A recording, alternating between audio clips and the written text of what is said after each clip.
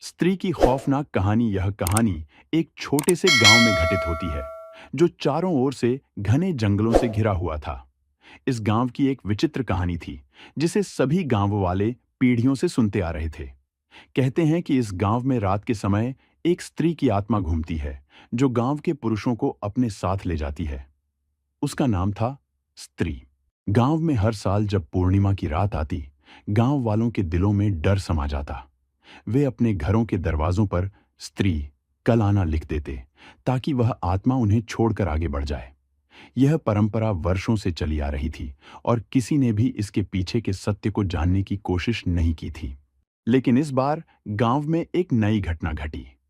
एक साहसी युवा जिसका नाम था राघव, वह इस डर और अंधविश्वास से थक चुका था।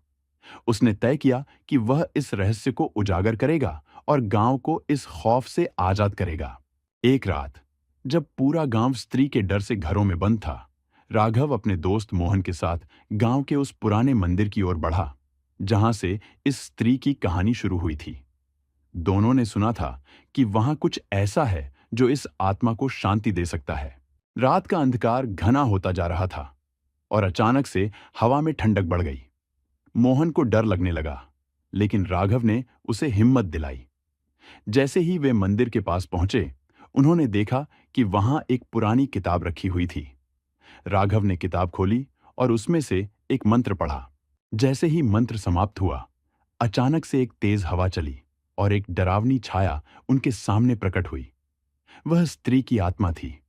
उसकी आंखों में नफरत और दर्द का मिला-जुला भाव था।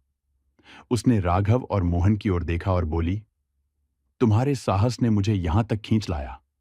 अब तुम्हें मेरी कहानी जाननी होगी। स्त्री ने अपनी कहानी सुनानी शुरू की। वह एक समय में इस गांव की सबसे सुंदर और बुद्धिमान लड़की थी जिसका नाम था सावी।